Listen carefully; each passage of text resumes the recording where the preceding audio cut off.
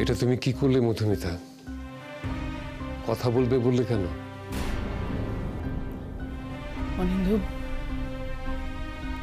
অনিন্দ, আমি জানি আমি মেঘের জীবনে মায়ের ভূমিকা কি ভীষণ খারাপ ভাবে পালন করেছি, আমি জানি। কিন্তু তা সত্ত্বেও অস্বীকার করার তো কোনো উপায় নেই যে আমি মা। আর মায়েরাই মেয়েদেরকে ভালো বোঝে, বোঝার চেষ্টা করে। সেটা মেয়ের সাথে দূরত্ব থাকলেও বোঝে,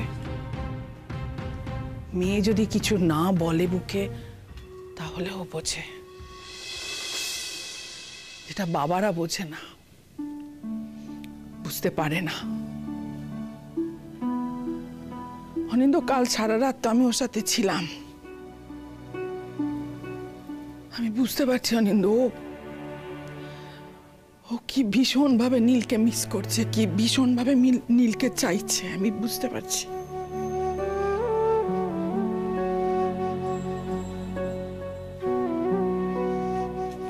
তুমি কোথাও ভুল করছো না তো?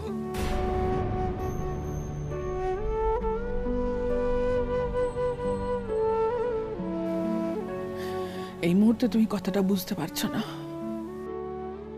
কিন্তু পারবে। কিন্তু তো ক্রমশ একটা ডিপ্রেশনের মধ্যে ঢুকে যাচ্ছে। এখন তো ওকে একেবারে আগলে রাখা দরকার আমাদের। ও একটা ধাক্কা সামলেছে, এরপর পরপর ধাক্কাগুলো ও তো ক্ষতবিক্ষত হয়ে যাচ্ছে। এই পাড়ার লোকেদের ব্যবহার, খবরের কাগজের খবর, প্রোগ্রাম বাতিল হয়ে যাওয়া, ও তো কুটিয়ে নিচ্ছে নিজেকে ক্রমশ। এটা গর্তের মধ্যে ঢুকে যাচ্ছে, সেটা তো আমরা হতে দিতে পারি না। আচ্ছা, জিষ্ণু ফোন করেছিল? জিষ্ণু করেছিল, ধরেনি ফোনটা।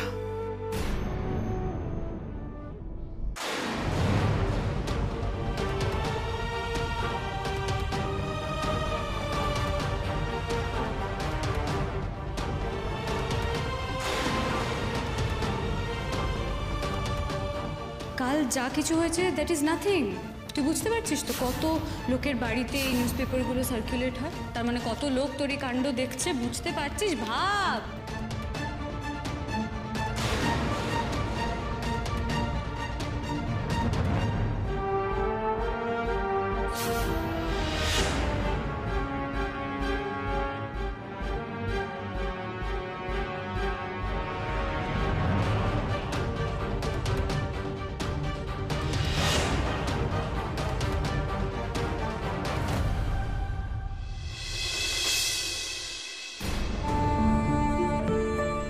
মেঘ, কি অবস্থা দেখি। তুই মদ খেয়েছিস? মেঘ, হোয়াট ইজ দিস বিহেভিয়ার? তুই মদ খেয়ে জিষ্ণুর সঙ্গে তর্চা দিয়ে এগুলো কি করছিস তুই?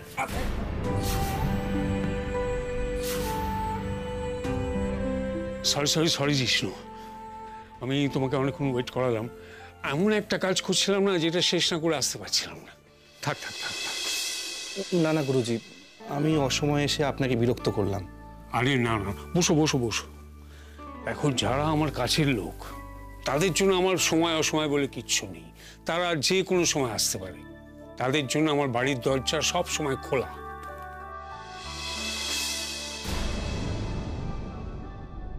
কি হয়েছে জিষ্ণু? বুঝতে পেরেছি, তুমি মেঘের ব্যাপারে কিছু বলতে চাও, তাই তো? আসলে সেদিন যা হয়েছে, তারপর কি করে যে আমি ওর সামনে দাঁড়াবো আমি বুঝতে পারছি না। এদিকে আমি বুঝতে পারছি মেঘ কতটা কঠিন সময়ের মধ্যে দিয়ে যাচ্ছে। আমি কি করব গুরুজি? যাবো ওর কাছে, নাকি চিরকালের মতো জীবন থেকে সরে যাব? এই মুহূর্তে দাঁড়িয়ে ঠিক কি করা উচিত আমার মাথায় ঢুকছে না গুরুজি। গুরুজি, এই নিয়ে দ্বিতীয়বার আমাদের সম্পর্ক নিয়ে কাগজে এত কিছু হলো। প্রথমবারটাও ঠিক ছিল, কিন্তু এইবারটা যেন সবকিছু হাতের বাইরে বেরিয়ে যাওয়ার মতো অবস্থা। তুমি কি এটা যাতে হাতের বাইরে না যায় তার জন্য কোনো উদ্যোগ নিয়েছো? কি করব আমি তো সেটাই বুঝতে পারছি না গুরুজি। আমার মাথায় কিচ্ছু আসছে না। নীলের বোন আমার কাছে এসেছিল, ও অনেক কিছু জিজ্ঞেস করলো আমাকে। আমি বুঝতে পারলাম ও মেয়েকে হেল্প করতে চায়, আমিও তাই চাই, কিন্তু তোমার সাহস হচ্ছে না মেয়েকে সামনে গিয়ে দাঁড়াবার। কেন সাহস হচ্ছে না কেন? তুমি কি কোনো অপরাধ করেছো? না না গুরুজি, আমি কোনো অপরাধ করিনি। আপনাকে তো সেদিনে সব ঘটনা বলেছি। হ্যাঁ, আমি মেয়েকে ভালোবাসি, প্রচন্ড ভালোবাসি, কিন্তু আমি কোনোভাবেই মেঘের অমর্যাদা করতে পারবো না। কোনোদিন ওর অসহায়তার সুযোগ দিতে পারবো না। না আমি ওর সাথে কোনো রকম ছল করতে পারবো। আচ্ছা গুরুজি, আপনিই বলুন, আপনার কি মনে হয় আপনার এই ছাত্র জিষ্ণু এরকম কিছু করতে পারে? না, আমার একবারের জন্য এই কথা মনে হয়। আমি বিশ্বাস করি না তুমি মেঘের সঙ্গে এরকম কিছু করতে পারো। আর এটাও বিশ্বাস করি না যে মেঘ স্বেচ্ছায় নেশাগ্রস্ত হয়ে নিজের উপর নিয়ন্ত্রণ হারাতে পারে। জিষ্ণু, আমি তোমাদের আমার হাতের রেখার মতো চিনি। তোমাকে তো দেখছি অনেক দিন। হ্যাঁ, তোমাকে চিনেছি বা বুঝেছি একটু একটু করে, কিন্তু মেঘকে আমি এই বছর খানেকের মধ্যে পুরোপুরি চিনেছি। কেন বলতো? ও ভীষণ সরল, স্বচ্ছ, খুব সৎ। গুরুজি, গুরুজি, আমি কি করে মেঘের পাশে থাকবো, কি করে তার বন্ধুত্বের দায়িত্ব পালন করব? আপনি বলে দিন গুরুজি, আমি যে এ সময় মেয়েকে একা ছেড়ে দিতে পারি না। দেখো, একটা ঘটনা ঘটলো, না সেটাকে ঘটনা না বলে দুর্ঘটনা বলাই ভালো। তাতে তোমার আর মেঘের দুজনের নামই জড়িত। অথচ দেখো, সমস্ত বদনাম, সমস্ত কলঙ্ক মেঘের উপর গিয়ে পড়ল। কেন বলতো? কারণ মেঘ একজন মেয়ে। বড় বিচিত্র দেশ আমাদের, বুঝলে জিষ্ণু। এখানে মেয়েদের মূর্তি বানিয়ে ধুমধাম করে পুজো করা হয়। আবার এই দেশেই মেয়েদের জ্যান্ত আস্থা গুলে ছুঁড়ে ফেলে দেওয়া হয়। এত অগ্নি পরীক্ষা, পদে পদে নিজেকে প্রমাণ দেওয়া, এই আমাদের সমাজের অভিশাপ। এই অভিশাপ থেকে কোনো মেয়ের নিস্তার নেই। কেমন আছে মেঘ? গুরুজি, আমি এখনো সাহস করে উঠতে পারিনি মেঘের সামনে গিয়ে দাঁড়াবার। কি অসম্ভব কথা বলছো তুমি জিষ্ণু? এই এতটা সময়ের পরেও তুমি তার বাড়িতে একবারও যাওনি?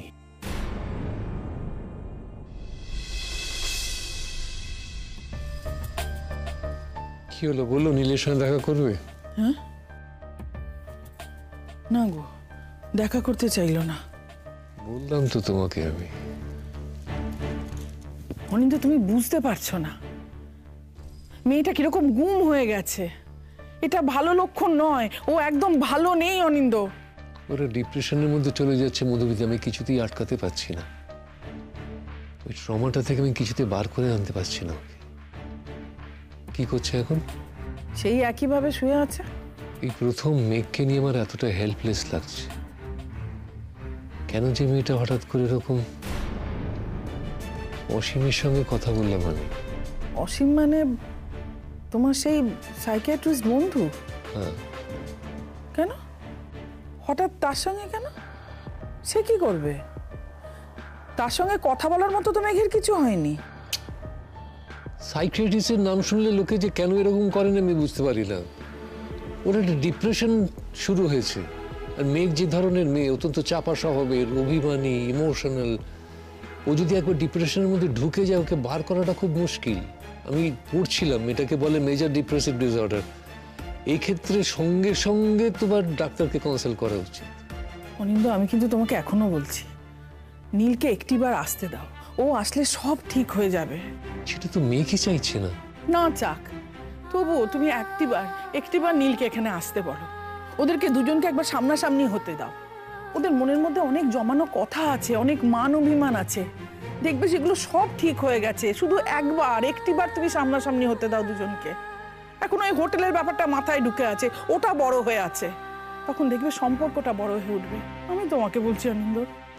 আর নীল আসলে যদি সম্পর্কটা আরো খারাপ হয়, যদি আবার জবাবদিহি করতে বলে, নতুন করে অপমান করে, তখন তখন কি হবে? মেঘ তো আরো অন্ধকারে ঢুকে যাবে। তুমি দেখলে না নীলকে, ও কিরকম পাগল পাগল হয়ে আছে। আমি তোমাকে বলছি অনিন্দু, নীল নিজের ভুলটা বুঝতে পেরেছে। হ্যাঁ, এর আগেও 10 বার ভুল বুঝেছে, 11 বার এবার সে একই ভুল আবার করেছে। ওকে আমি চিনি, ওকে আমার বিশ্বাস হয় না। অসীম বলেছে কালকে ওকে একবার নিয়ে যেতে, আমি একটা অ্যাপয়েন্টমেন্ট করেছি। যেতে চাইবে? না চাইলে বোঝাতে হবে। কাল পর্যন্ত যে মেয়েটা ঠিক ছিল, আমাকে বলল যে ষড়যন্ত্র করেছে তাকে আমি খুঁজে বার করব, তারপর হঠাৎ করে গুম মেরে গেল। ও অসীম বলছিল যে অনেক ক্ষেত্রে এরকমটা হয়, জোর করে শক্ত করে ধরে রাখা মনটা হঠাৎ কখন যে হাল ছেড়ে দেয় সেটা বোঝাও যায় না। হ্যাঁ গো, মেঘ আবার কিছু ঘটিয়ে ফেলবে না তো?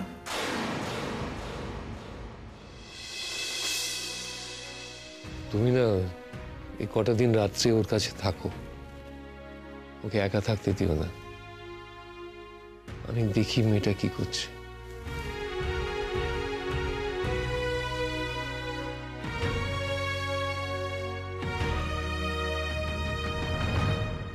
আমি যেতে পারিনি ওর সামনে গিয়ে দাঁড়াতে। আমি আমি ওকে ফোন করেছিলাম, কিন্তু ও ফোন ধরেনি, তাই আমি আর ওকে ফোন করিনি। আমার সাহস ছিল না ওকে ফোন করার, আর তাই আমি আপনার কাছে ছুটে এসেছি। গুরুজি, আপনি বলুন আমি কি করব? আপনি আমায় পথ দেখান। আমি যে দিশেহারা হয়ে পড়েছি। জিষ্ণু, আমি তো জানতাম তুমি মেঘকে ভালোবাসো, কিন্তু এ কেমন ভালোবাসা? একজন এত অস্থির হয়ে আছে, আশপাশের প্রত্যেকের কাছে মানসিক জোর খুঁজছে, ভ্যালিডেশন চাইছে নিজের নিরাপরাধ থাকার, সবার চোখে বিশ্বাস খুঁজছে, আর তখন তুমি বন্ধু হয়ে তার পাশে নেই। কত বড় একটা শূন্যতার মধ্যে তুমি তাকে ফেলে চলে এসছো, একবার ভাবতে পারছো? গুরুজি, চারিদিকে এই খবর ছড়িয়ে যাওয়ার পর আমি আন্দাজ করতে পারি মেঘ কি মানসিক অবস্থায় আছে। তাই আমি ওর সামনে গিয়ে কি বলবো সেটা আমি বুঝে উঠতে পারছি না। বলবে না কিছু, তোমার কিচ্ছু বলার দরকার নেই। সব পরিস্থিতিতে কথার দরকার হয় না জিষ্ণু।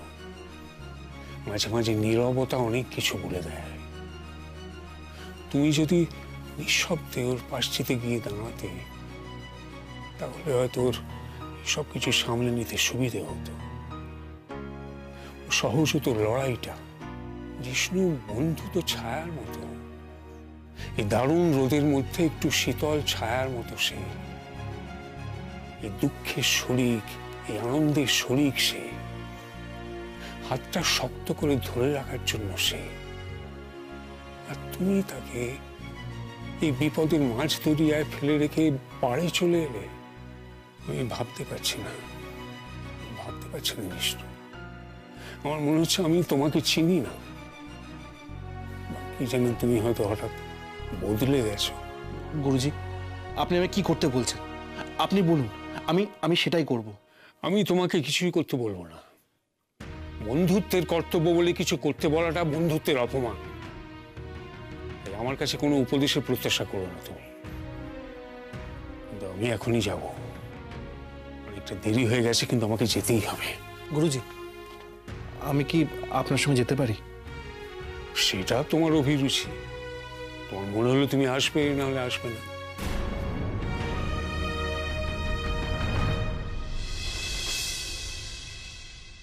ভুল করেছি মেঘ, আমি ভুল করেছি। তোমার পাশে না থেকে পালিয়ে বেরিয়েছি আমি। এটা আমার মস্ত বড় ভুল হয়ে গেছে। আমি জানি না এরকম কিভাবে হলো, কিভাবে এত বড় ভুলটা আমি করলাম। আমাকে তুমি ক্ষমা করে দিও মেঘ, আমি ভুল করেছি।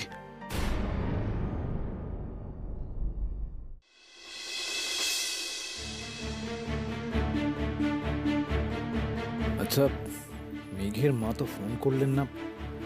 উনি তো বলেছিলেন মেঘের সাথে কথা বলে আমাকে ফোন করবেন। তাহলে কি মেঘ রাজি নয় আমার সঙ্গে দেখা করতে? এবার কি করবো আমি তো বুঝতেই পারছি না কি করে মেঘের কাছে যাব।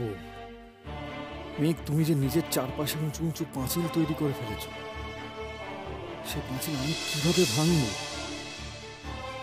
তুমি যে আমাকে তোমার কাছে আসতেই দিচ্ছ না, কিন্তু তোমার কাছে না গেলে যে আমি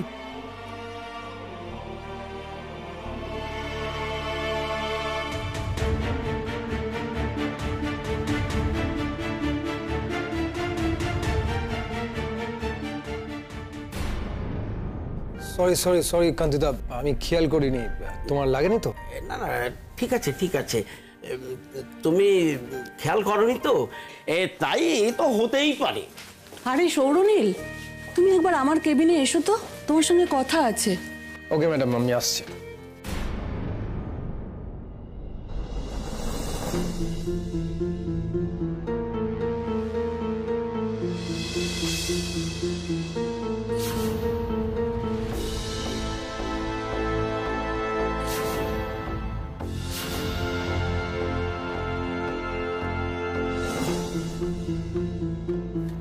আসছি কান্তিদা। আরে আরে, তাড়াতাড়ি যাচ্ছ কোথায়? দেখলে না এই জন্য ডাকছে, আমি একবার শুনে আসি ওনার। আরে যাবে যাবে যাবে ব্রাদার, ডাকলো বলে কি অমনি ছুটতে হবে নাকি? তোমার কি আর কোনো কাজ নেই? একটু দাঁড়াও তো, তোমার সঙ্গে ওটা কথা বলি। জানো, আজ সকাল থেকে আমি তোমার কথাই ভাবছিলাম। তাই নাকি? তুমি আমার কথা ভাবছিলে? তা কি কথা ভাবছিলে?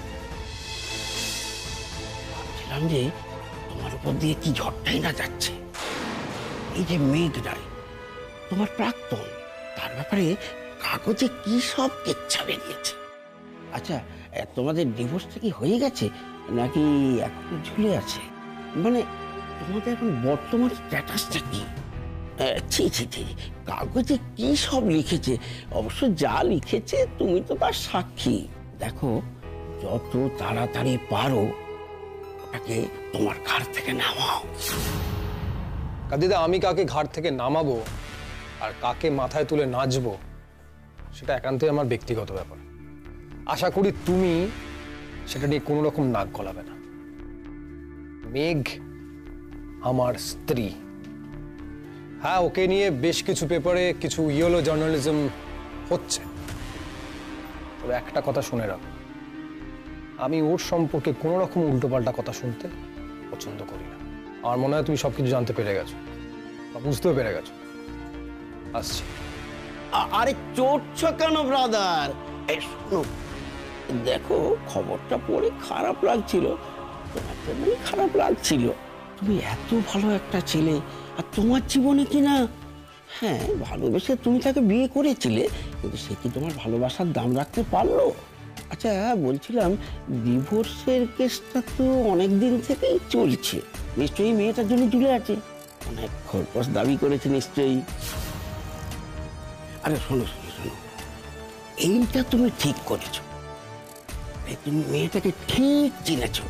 স্ত্রীয়াস চরিত্রম দেবানো জানন্তি, তুমি আমি কি জানবো?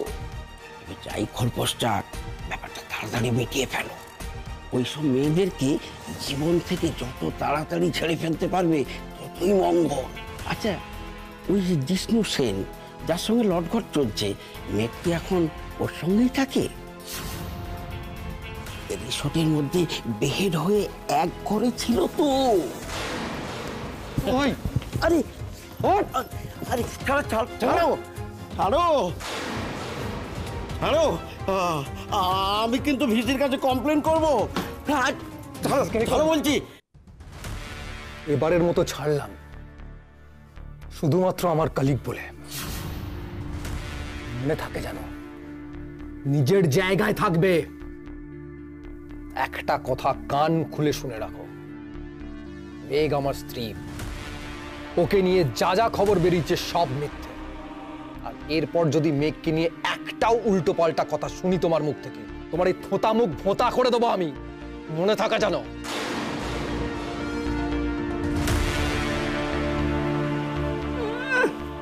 উলোটা বউ নিয়ে আবার বড় বড় কথা গেল। এখানে কি যাও, এই ক্লাসে যাও, ক্লাসে যাও, আরে ক্লাসে যাও।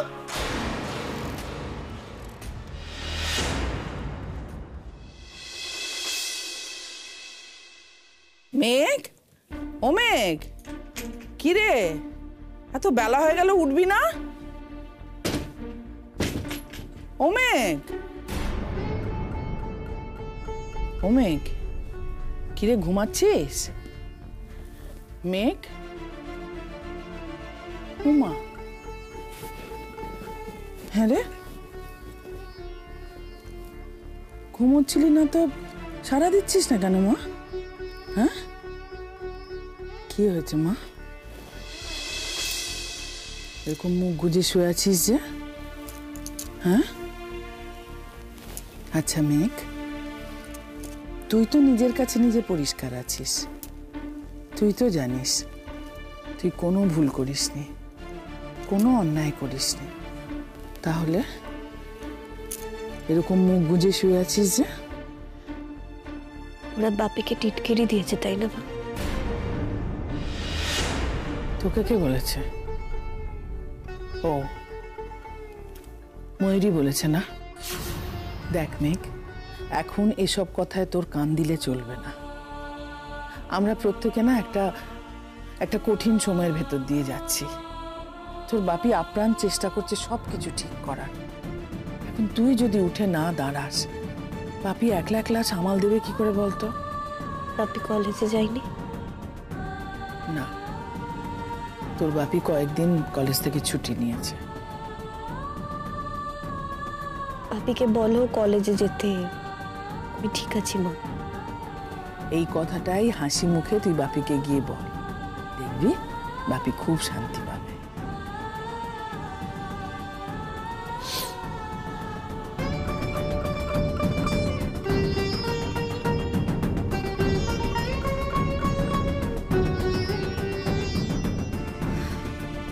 ঠিক আছে, আমি তাহলে বাপিকে গিয়ে বলবো যে তুমি কলেজে যাও, আমি ঠিক আছি।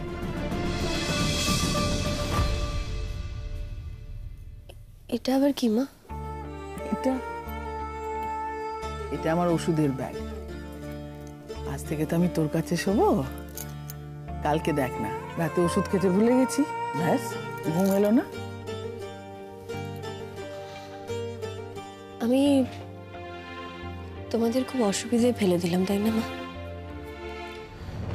শুধুমাত্র আমার জন্য তোমাদের কত ঝামেলা সহ্য করতে